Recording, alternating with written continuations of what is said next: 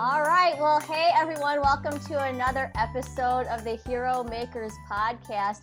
And it's almost November, which means that you're in Toronto, but election season is like we're in full force down here. And you need to open the border so I can run and run fast. Oh, Joan, Lori, the border's closed because of COVID. You keep telling me that, but I'm not convinced that it's not other things. Last 4 years ago, Immigration Canada, the website was broken. Really? Oh yeah, honestly, took down the website because of so many inquiries into like, how in the world do we come to Canada? Okay, well, I won't add my name to that, but I can only imagine what happens to the website depending on the outcome of next week's election. Oh my goodness, it's gonna be goofy. Yeah. So anyways, and so it feels like we're just in crazy times right now. I don't know. So these podcasts that we're doing are providing me with some sanity that like there's just goodness all around us. And we are just thrilled to have on somebody today who's going to help us kind of continue this discussion that we've had in the past on homelessness and people who find themselves in that situation. And so welcome to the podcast, Andy Helmer. Thanks for being with us.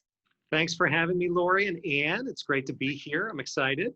Yeah, good. It's great to have you. Andy heads up this great organization that's based out of Virginia called Shelters to Shutters. And Andy, you're going to tell us all about that. But Andy, quickly, just as a backstory here. So we had on this amazing woman named Susan Ogle, and Susan heads up this school in Oklahoma City called Positive Tomorrows. And it's the only school in Oklahoma that caters just to kids who come from homeless families, who find themselves in situations of homelessness. And it was incredible. Like we talked about kind of the stigma behind homelessness and people just really responded well to that. So I am excited that we get to continue this, and you're going to tell us all about Shelters to Shutters. And I was on your website browsing around, and you're doing some really great work of changing lives. And so Andy, why don't you start off by telling us a little bit about yourself and about your journey to this organization, and then we'll talk about Shelters to Shutters.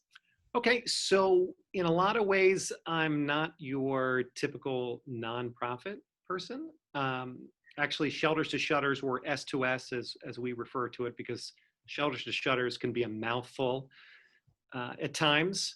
4 years ago, before I started with S2S, I was head of sales for a data analytics company.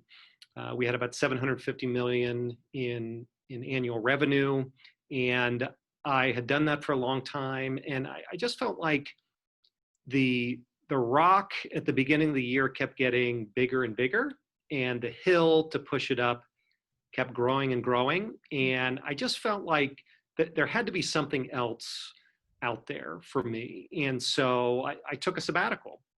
And while I was taking a sabbatical, a friend of mine, a gentleman by the name of Chris Finley, reached out and said, hey, I have this interesting nonprofit that's starting to do some pretty cool things. I actually need some professional leadership. Would you conduct a search? And so I said, sure.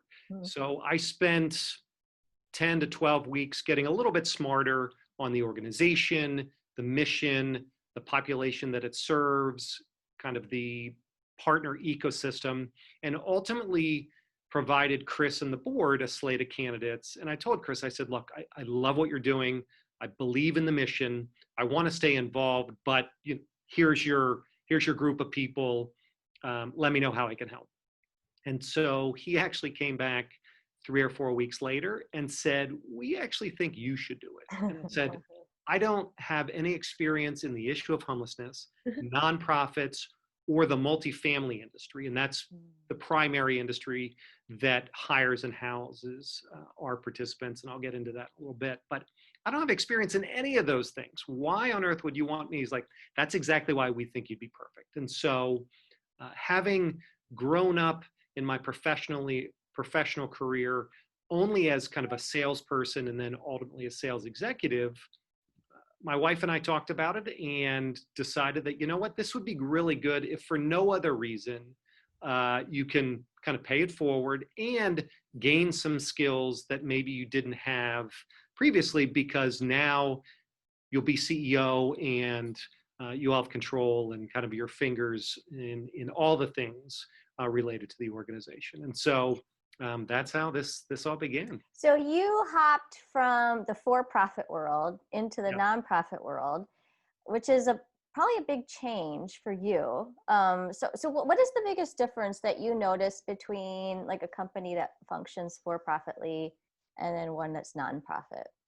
So first thing was, look, like there's a stigma with homelessness, I had a stigma associated with people that work in nonprofits.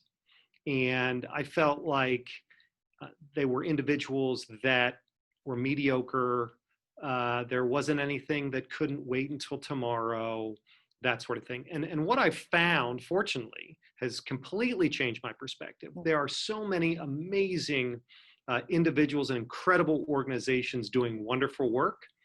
To your point earlier, look, we're all watching the news or reading the headlines, and there's not a whole lot of positive stories out there. And I think a lot of times we can just kind of go into our shell because we think, you know, the world is ending in some ways. And so it's been great to interact with all these individuals that are trying and making an incredible difference for those individuals or populations that are underserved. Yeah, and one of the things I was reading on your website was about situational homelessness, which we'll talk about. But, you know, I think this reality that some of us don't think about, that we are really one or two happenstances, right, away from possibly finding ourselves in a similar situation. And so, you know, kind of this whole mentality of like, well, just, you know, kind of, what is the saying, Andy, about pull yourself up by your bootstraps and keep going. Absolutely. We say a hand up, not a handout, right? That's right. And so I mean, it's great. And so I think, you know, the reality is that like the people that you have empowered could be us in a month from now or a year from now. And so so tell us about Shelters to Shutters. So you were like, yeah, let's find somebody great. And then they're like, no, you're that great person. And so tell us about the beginnings of it and a little bit about it. Yeah, so I got Jedi mind tricked into finding myself in a lot of ways. But one of the things that really attracted me to S2S was that Shelters to Shutters sits in the middle of this huge ecosystem. So on one side, we have our nonprofit partners, and that numbers well over 100 at this point. So in every city where we operate, we actually operate in 12 cities, we have a network of nonprofit partners. And you can kind of consider the nonprofit partners as our candidate pool. And so we will provide our nonprofit partners with entry-level job descriptions for the apartment industry. And so positions like a groundskeeper, a leasing agent, or a maintenance tech, things like that. And so if a nonprofit finds an individual that they think might be a good fit, they'll refer them to Shelters to Shutters.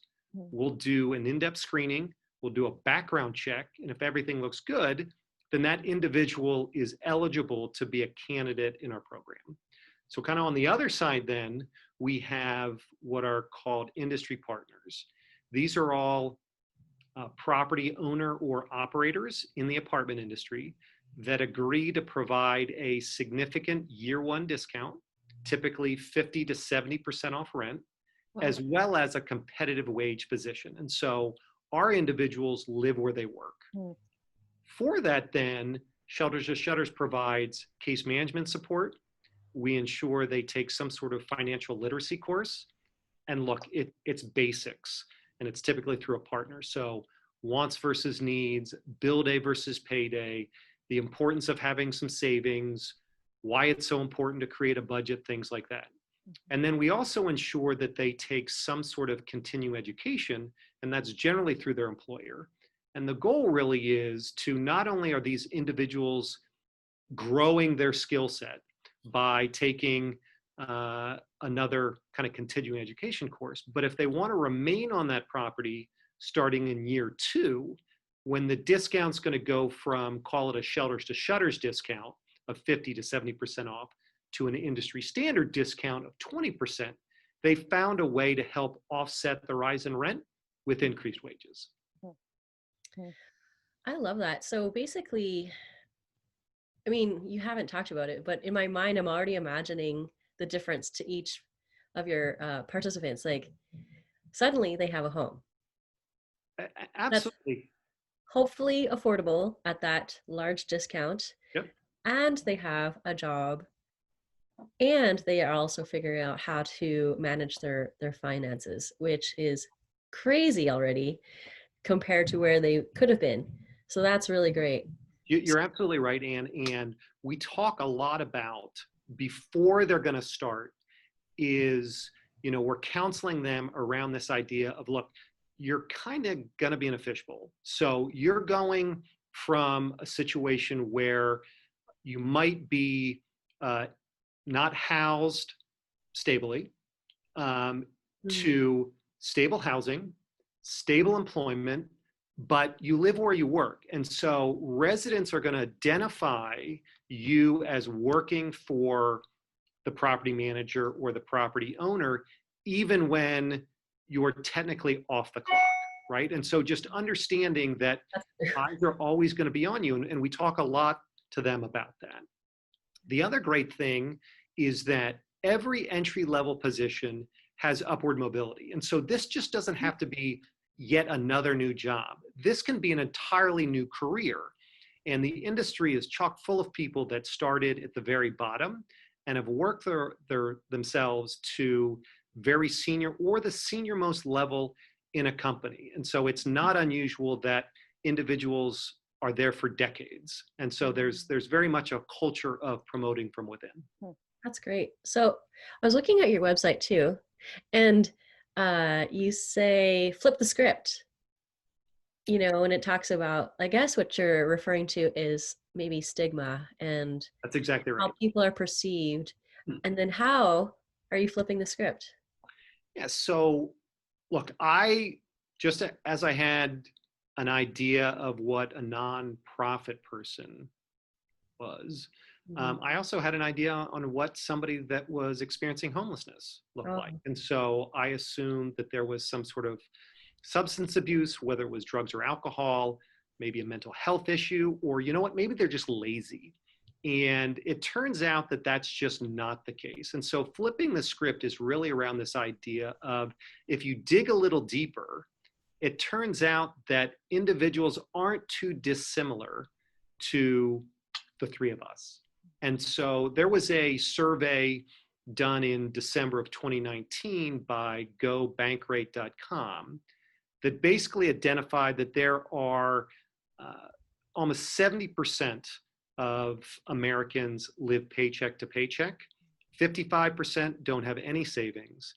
24% have less than $1,000 in savings. And so, Laura, I think to your earlier point, everything has to go exactly right every month just to keep your head above water. And so when we have something like the coronavirus that no one expected or had really prepared for, that's why you're seeing these massive lines for people waiting to get food from a food bank, because they were right on a razor's edge before, and now this happens and suddenly they don't have money for food.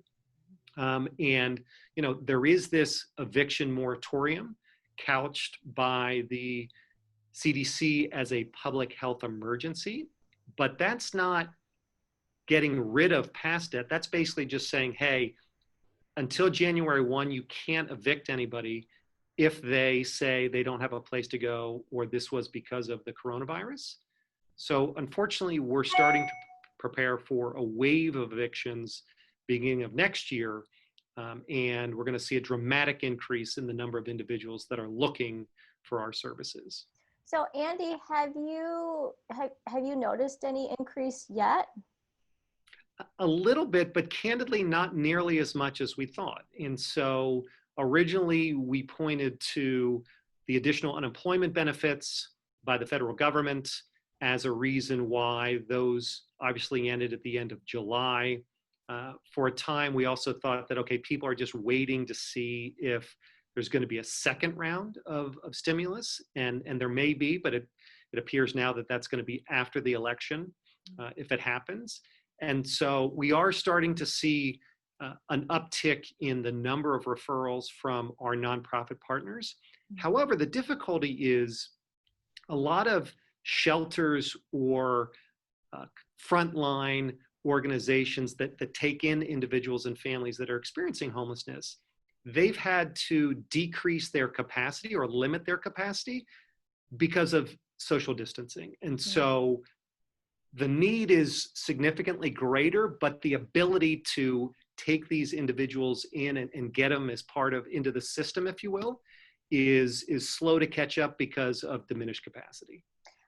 You know what, Andy, I had to get my driver's license renewed. So I'm in Illinois, right? We're in the Chicago area. I had to get my driver's license renewed, and I had to stand in line for 2 hours, right? Mm-hmm. So, I mean, even I think of the hurdles that so many people have to face just in terms of one, time commitment, probably to get like basic necessities, transportation, kind of all these things that maybe we don't think about. But what does it look like? Do you have okay, so somebody, there's housing, somebody has a job. Is there a kind of a statute of limitations on the situation then? Like, if they don't like their job at some point, do you say, okay, well now it's time for you to exit the program? Or like, what does it look like a year out, 5 years out, et cetera? It depends. So certainly individuals graduate about a year after they start with a new job and a new place to live. Because candidly, after a year, most of these individuals they're ready to turn the page, right? They don't feel like they need to talk to the case manager anymore. They're doing all the right things at work. Almost 3/4 of our participants will receive some sort of wage increase or promotion that comes with a wage increase after 12 months. And so they feel like, look, they're trending in the right direction. They want to close the page or the chapter on a time in their life that they're not particularly proud of. And so we typically, again, refer to them as graduated after a year. But certainly individuals are endeared to the company that's given them a second chance and that hand up, right? An opportunity to work hard and really apply themselves and get promoted. So we have a 93% success rate, meaning only 7% of our participants go back to experiencing homelessness. And while we're proud of that, we're not going to stop until we're at 100%, because even a percentage or two is too many. That's the first thing. We do have individuals that will stay with their original employer and be there for a long, long time. And then we have another group of individuals that stay within multifamily, or quite frankly, another industry where they remain gainfully employed and stably housed. And so those are still wins for us too. We had a gentleman that was a master electrician that came through our program, got hired by one of our industry partners, got promoted twice. But at the end of the day, what he loved was doing electrical. And so he actually got hired by a local utility to do that full time. He's doing great. So that's still a huge success for us, because we put him in a position where he could get back to doing what he really loves. That's awesome. I love that it's situational. Go ahead, Lori. Well, and I would say, Andy, like the word that comes to my mind is empowerment. So like you hear of when people, they climb a mountain, like they don't climb a mountain, they take one step at a time.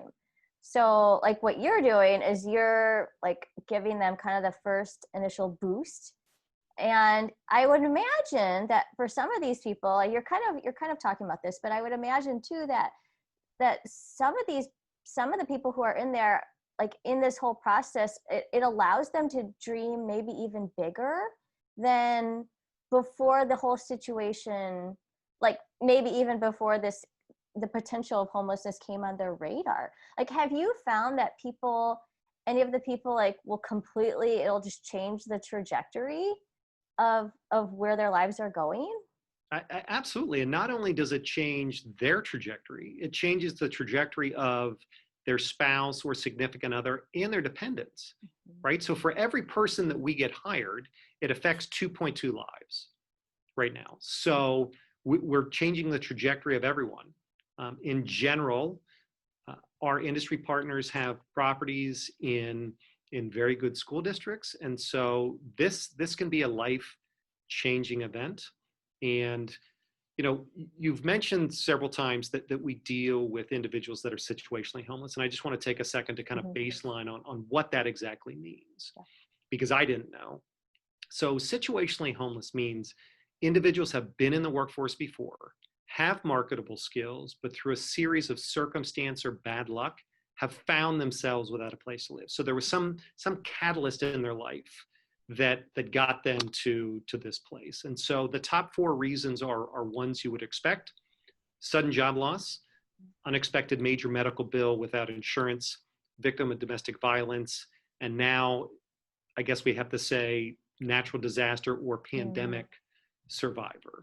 So these are individuals that have marketable skills. And it turns out that more than 80% of individuals that experience homelessness are situationally homeless. And so this is the group that is most easily kind of matriculated back to functioning in society, but they by far receive the fewest number of resources from a local, state, and federal level. And so you have the vast majority of individuals receiving the vast minority of resources. And so we feel like we're in a great spot. We believe that it's actually the combination of housing and employment that is going to get somebody back to economic self-sufficiency. And that's our goal. Is that, Andy, just because they're perceived as more capable of finding a job and employment? Is that why they would get less resources or less help? Well, I think individuals that are chronically homeless. So that means episodically it's more than a year or 2 episodes that total more than a year. Those individuals may have mental health issues or physical disabilities, things that maybe we associate with the stereotypical person that experiences homelessness. And so if you can't pull up your own bootstraps to have a stable place to stay, somebody's going to have to provide that. And so that's not an inexpensive endeavor, certainly. I also think that people don't want to see individuals that are experiencing homelessness in their neighborhood where they, when they walk to work, things like that. And so that's certainly the most visible component of those that are experiencing homelessness. So if you're living out of your car or surfing on your friend's couch or using your last bit of savings to have a motel room, we might not see that on a day-to-day and then assume that it doesn't exist. And so those are a couple of reasons why I think the vast majority of resources go to those that are chronically homeless. Okay. Yeah. Wow. So I'm curious as well, with your addition to your understanding or your new understanding of what it means to work in a nonprofit. I'm just curious as to how this has impacted you personally. Has this impacted you? Are you a different person? I mean, I'd like to think so. Hopefully for the better. My initial commitment for Shelters to Shutters was 2 years. And so I've been here 4. And it's really because I believe in what we're doing. And I think we're really on the cusp of starting to make a huge difference for those experiencing homelessness. And if we go back to kind of pre-COVID, we basically had historically low unemployment, and it was just crazy that we have a subset of the population that wants to work, and there are all these companies and industries that need workers that we couldn't bring it together. And so the multifamily industry reported in general that almost 50% of individuals that were hired to entry-level positions would leave within the first year. So they would churn out. And that might be because they go down the street for a 50 cent an hour raise at a construction site. I think whether you're in Toronto or Chicago, the construction cranes, you can't miss them. So the economy has, up until, again, COVID-19 was really humming. And there's a number of factors as to why multifamily has exploded over the last 10 years. But it wasn't uncommon that people would leave to go to a construction job down the street or find a better position, things like that. And so you have this huge industry that in a lot of ways is future-proof. I'll read, an article a week that says, here are the top 10 jobs that aren't going, or the top 10 jobs that are going away, in the next 5 years. Well, I can tell you what's not going away. And that's a maintenance tech, because people have to live somewhere and stuff's always going to break. And if you two are anything like me, I can't fix that. So I'm beholden to people that are good with their hands and mechanically inclined, because that is certainly not my wheelhouse. So it just made a lot of sense. Darren, we talked to somebody a couple weeks ago down in Texas, and he was telling us this story of a guy that he knew who was incarcerated, and he didn't have much. And he was telling us about like paying bills, and the guy was excited to go home and pay his bills because he had never had the resources to do that before. And so it was like something as simple as that. And like, that was just kind of mind blowing, that like the little simple things in life that maybe sometimes we gripe about, we grumble about, that those are things that other people are like really grateful for. So I wonder if you have any stories, like one or two stories of people who have gone through shelters to shutters, and who maybe, they kind of have this renewed appreciation for little things and their ability to contribute and that kind of good stuff. Absolutely. And this is one of the best parts of my job, is really to get to know some of these individuals, understand their story, and to watch them really flourish, now having kind of come out the other side, if you will. And so there's a gentleman in Atlanta who is from a West African nation. He actually won the lottery to be a refugee that could come to the US. And he came with his mom and his brother, and they settled in Atlanta. And, within a couple of years, the brother moved away, and so did the mom. And he found himself kind of without his primary support network. And a couple things happened, and had some bad luck, and was ultimately working at McDonald's every night. He knew the importance of education, and so he actually enrolled in Atlanta Tech, which is one of our nonprofit partners, because they have a program that caters to individuals that are socioeconomically disadvantaged.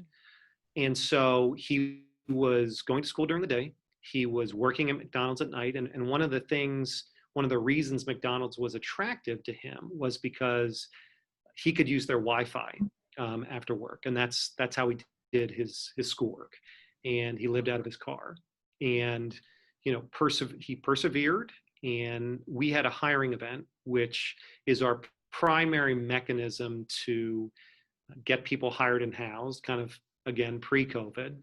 Because with stay-at-home orders and limits on social gathering, most people don't want to come together at this point. But he went to a hiring event of ours where we invite all of our industry partners on a specific day, and it's a job fair, career fair. We call it a hiring event very specifically because the goal is to get people hired. So he came to a hiring event and he actually got multiple offers from our industry partners. And he ended up with a great industry partner based out of Atlanta. He's been promoted. We just highlighted his video at our virtual fundraiser last Friday, and he's flourishing, and his smile lights up a room. And again, to your point, Lori, he's totally changed his trajectory from a very low point in his life to now, waking up every morning. And, here's a guy that was a refugee. And he says on the video, if you think being homeless is bad, you should be a refugee when in my opinion, it's the bottom of the bottom. And so, look, that sort of perseverance you can't teach. And so we're just excited to follow his journey as he continues to, move up and up and up, because it's great to see him thriving. That's really good. That's so encouraging. Anne, did you have a thought? You look like you were going to share. Well, it's not the same, but it's similar. But I was on the board of a nonprofit organization. It was a development organization that worked in about 8 different countries. And we work with communities for about 8 to 10 years. And we work towards graduation as well. Mm-hmm. So when you said graduation, I was like, graduation. And so there's criteria, and then you're like, okay, now we'll go and you're going to graduate. And there was a celebration, and one of their elder tribes people, they're asking him, are you sad? Are you sad that this organization is now leaving? And he goes, yes, of course we're sad, but you can never take away the ideas that you taught us. Mm-hmm. Exactly right. And so again, I go back to this idea that it's a hand up, not a handout. And we're merely providing an opportunity for an individual.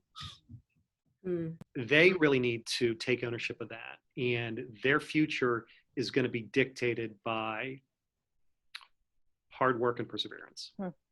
Additionally, so this community, it was in Uganda, and they were literally in the sticks.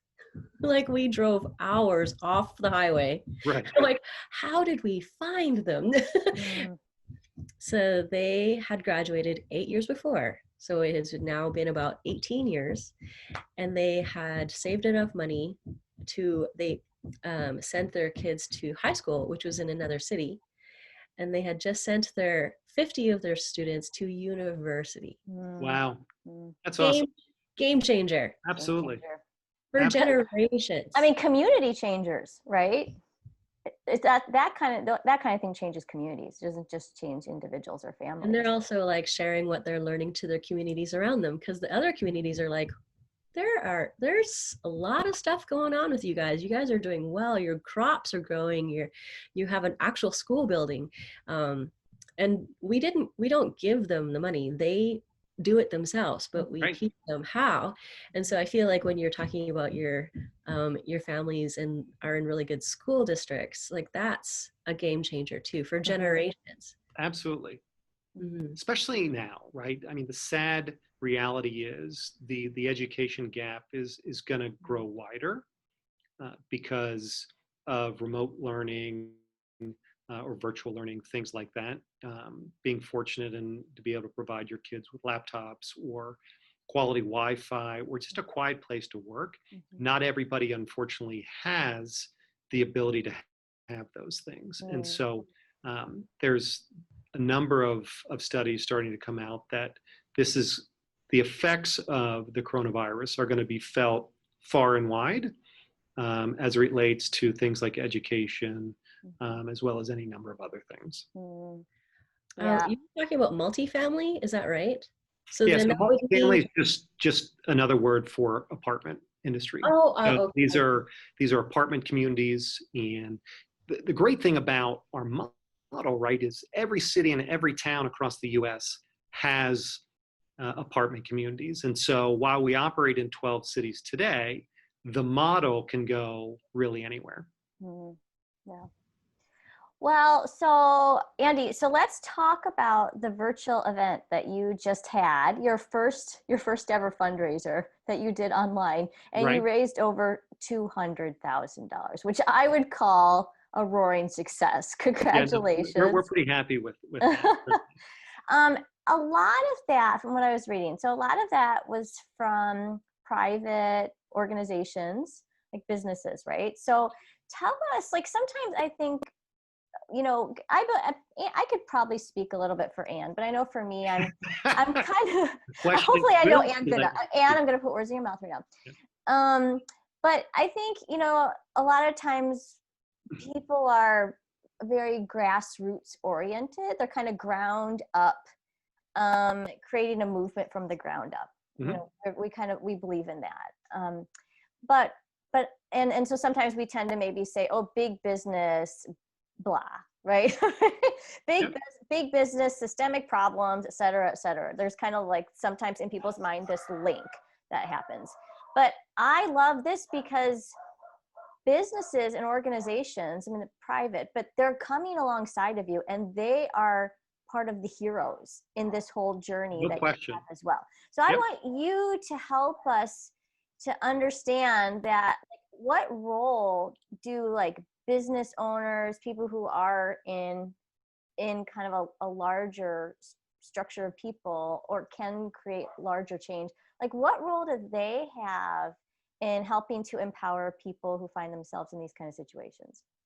So Chris Finley, the founder of Shelters to Shutters, believes very deeply that private industry has a huge role to play in these public social issues. And in the case of S2S, you know, we're fortunate in that we have a private industry that is really the multifamily industry that is behind us. And so, no, they absolutely play a huge role in our ability to do what we do. And so there's no fee for us to screen individuals. And when we have these hiring events where our industry partners know that every individual there at least meets the minimum qualifications of those jobs that I mentioned. So groundskeeper, leasing agent, maintenance tech. And then they're under no obligation to hire these folks, because what we don't want to do is kind of force a bad position and put an individual in a situation where they can't be successful. And so there's no obligation. But I think our industry partners do recognize that there's incredible value to our screening process and this curated list of candidates that we provide them. And that's probably more true now than even before the coronavirus, because with unemployment at 7.4, 7.9%, I don't know what the current number is, you obviously have a lot more people that are going to apply for open positions. And look, it just doesn't take a whole lot of time to change an address and a name on a cover letter and shoot your resume over to, you know, somebody in HR or talent acquisition at some of these companies. And so instead of getting dozens of emails or applicants for one position, now they're getting hundreds. And so somebody still has to weed through all those people to find individuals that are truly qualified. And so that's really the value that we bring to our partners. And as such, a lot of our partners do support us financially because they recognize the value, number one. And number two, they want to be part of an organization that is specific to their industry, the multifamily industry. And so they absolutely play a critical part.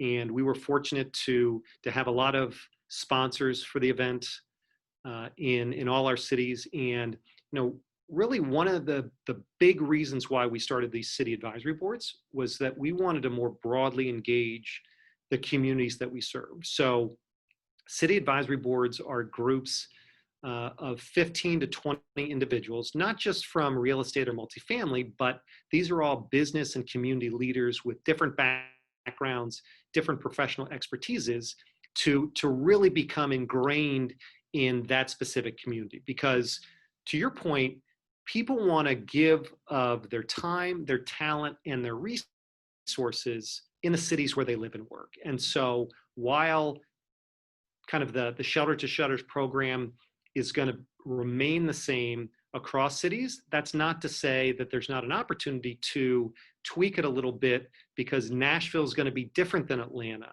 or Houston or Charlotte or DC, et cetera. And so that's a huge part of really engaging not only individual donors, but also corporate sponsors, because we're now more in the fabric of the communities that we serve. So Andy, how many people are currently part of your program? So to date, we've helped more than 360 people. Okay. This year, unfortunately, we've seen a dramatic decline in the number of people we've been able to help. That's starting to come back, but again, hiring events were the primary mechanism to really do that. Our last hiring event was at the end of February. We have transitioned to virtual events. Our candidates are doing video cover letters as a way to differentiate themselves, to accompany kind of their application or their resume to one of our industry partners. But look, things are just taking a lot longer than they did, and companies are taking a more wait and see attitude because they don't know what the future is going to hold at this point. So, like everybody else, they're watching expenses. They're trying to do more with less. They're being financially prudent, right? And so, we haven't been able to help as many people this year as we have in the past, but we're hoping that that'll turn around in 2021. Okay. So 4 years now, like as you look back on the last 4 years and you kind of made this, it was a little bit of a leap of faith, right? Where you kind of stepped into the sector you hadn't worked in, caring for people you hadn't really, maybe who weren't on your radar at the time. What have you learned? What are some of the biggest lessons that you've learned personally? One of the biggest ones is what I mentioned earlier, that there's just so many incredible people out there that are really doing their best to make a difference in their communities, in this country. So that's been really great.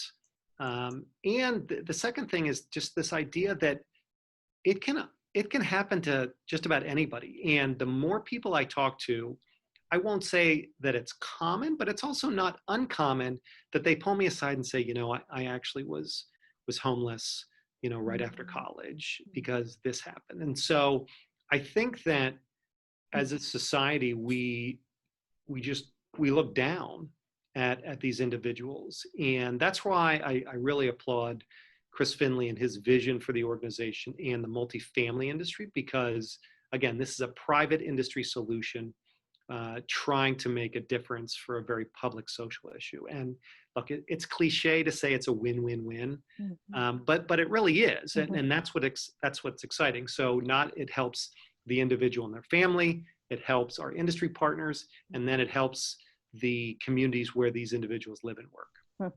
Good. Well, also they're able to be contributing members of society, which is what everybody wants to be. Like they do want to help out, do their part. You're exactly right. And these are good paying jobs. So our individuals average a hourly wage of $15.50, so more than double the federal minimum wage. Wow.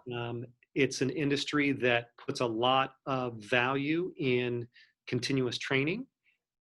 So again, this isn't just another new job, this is an entirely new career with milestones that can get you greater compensation. And so as somebody that, is kind of down on their luck, having this opportunity and then getting almost near immediate gratification that, hey, if I work hard, it reinforces that I can make more money and continue up the ladder, which is tremendous, because hope is a powerful thing. And it's okay to dream. And I think sometimes these individuals forget that it's okay to dream because they're so mired in their kind of immediate circumstance. That's what I was just thinking about, was maybe they just have finally an opportunity to dream. No question. I mean, when we started, I didn't really understand why we're providing or mandating that these individuals take a financial literacy course. And again, these are basics. And it's what I didn't understand is becoming homeless and losing your house, whether you're an individual or heaven forbid, a head of household, your psyche takes such a hit that you just basically start to question everything. And so this is a small way that we can kind of reinforce good financial diligence. And look, if we can place even a small little cornerstone in an individual's new foundation, we want to go ahead and do that.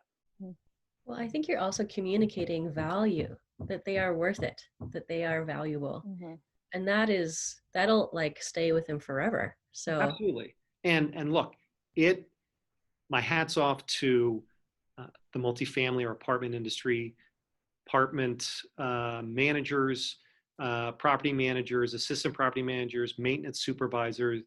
These individuals are really the ones day to day that are helping these individuals through mentorship, through just treating them like proud individuals, like you would expect with your friends. In some cases, these individuals kind of lost that, and people did look down at them. And so to have individuals say, hey, we believe in you, let me show you how I would do it. Oh, I've had this problem before, let me show you how I resolved it. Things like that. They're sponges. They just soak this stuff up. Well, I love this, Andy, because I have this image of like a safety net. And I think that's a little bit of what you're providing for people. And I think all of us need to know that, you know, when we fall into hard situations or something happens, there's someone or something there that's going to help break the fall a little bit. I think our world would be so much better if there was more and more and more of what you're doing. So we just commend you. Like, keep going, keep raising the money, keep partnering.